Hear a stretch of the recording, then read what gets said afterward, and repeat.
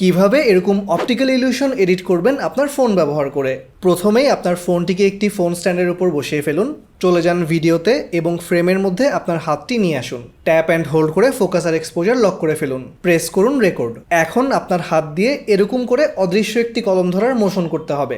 এই অবস্থাতে একদম স্টিল থেকে আপনাকে স্লোলি আপনার হাতের মধ্যে একটি কলম বসিয়ে দিতে হবে এবং ঠিক আগের মোশনের মতো আরেকবার মুভমেন্ট করতে হবে। ক্লিপটিকে ক্যাপকাটে ওপেন করে ফেলবো। আমাকে প্রথমেই চলে যেতে হবে অদৃশ্য কলমটি ধরার ঠিক আগ মুহূর্তে। এখানে এমন একটি ফ্রেম আমাকে সিলেক্ট করতে হবে যেখানে যথেষ্ট পরিমাণ মোশন ব্লার দেখা যাচ্ছে। ক্লিপটিকে সিলেক্ট করব এবং প্রেস করব স্প্লিট। এরপর আমাকে চলে যেতে হবে কলমটি ধরা অবস্থাতে একই পজিশনের ফ্রেমে, প্রেস করব স্প্লিট। এর আগের অংশটি সিলেক্ট করে ডিলিট করে দিব। দেখেন প্রথম ক্লিপের শেষ ফ্রেম এবং পরের ক্লিপের প্রথম ফ্রেম, এই দুটো ফ্রেমেই কিন্তু আমার হাত একই পজিশনে আছে। এখন ক্লিপটিকে প্লে করলে মনে হবে বাতাস থেকে হুট করে কলমটি চলে আসলো। ব্যাস, হয়ে গেল আমাদের অপটিক্যাল ইলিউশন।